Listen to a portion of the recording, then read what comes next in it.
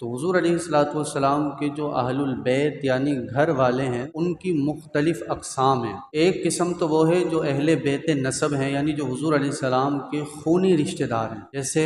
حضرت سیدہ کائنات سیدہ فاطمہ الزہرا، حضرت امام حسن، امام حسین، اور اس کے علاوہ جو خونی رشتہ دار آپ کے ہیں وہ اہل بیت نسب ہیں، یعنی نسب والے جن کا رشتہ خون کا ہے۔ دوسری قسم وہ ہے جو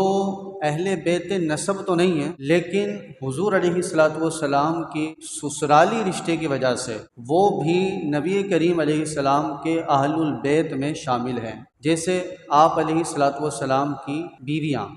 یعنی ہماری مائیں ازواج مطہرات امہات المؤمنین، یہ بھی اہل بیت ہیں، کیونکہ قرآن کریم نے چند مقامات پر قرآن میں نبی پاک کی ازواج کو بھی اہل بیت فرمایا ہے، تو یہ بھی اہل بیت اطہار ہے۔ اب تیسری قسم اہل بیت کی وہ ہے، یعنی نبی پاک کے گھر والے تیسری قسم کے وہ ہیں جو نہ نسب سے ہیں، جو نہ ہی مساہرت سے ہیں، یعنی جن کا نہ ہی خونی رشتہ ہے اور جن کا نہ ہی سسرالی رشتہ ہے، لیکن وہ ہیں اہل بیت۔ وہ اس وجہ سے اہل بیت ہیں کہ حضور علیہ السلام نے اعزازی طور پر اپنے اہل بیت میں انہیں بھی شامل فرمایا، اگرچہ خونی اعتبار سے اگر دیکھا جائے یا مساہرت کے اعتبار سے، سسرالی رشتے کے اعتبار سے اگر دیکھا جائے تو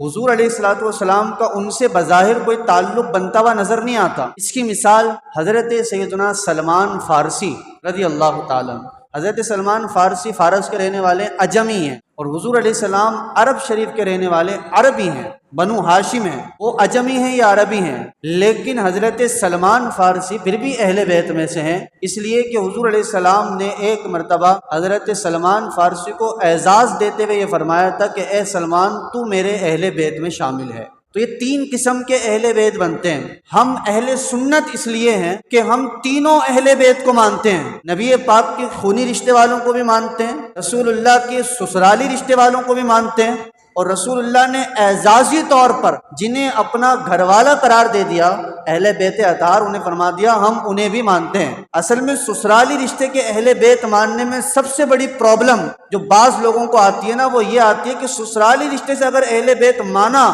تو پھر حضرت سیدنا امیر معاویہ رضی اللہ تعالی عنہ کی بہن ام حبیبہ کو بھی اہل بیت کہنا پڑے گا، کیونکہ وہ بھی سرکار کی زوجہ ہیں۔ تو سسرالی رشتہ ہو یا خونی رشتہ ہو یا اعزازی طور پہ ہو، ہم تمام اہل بیت اطہار کو مانتے ہیں۔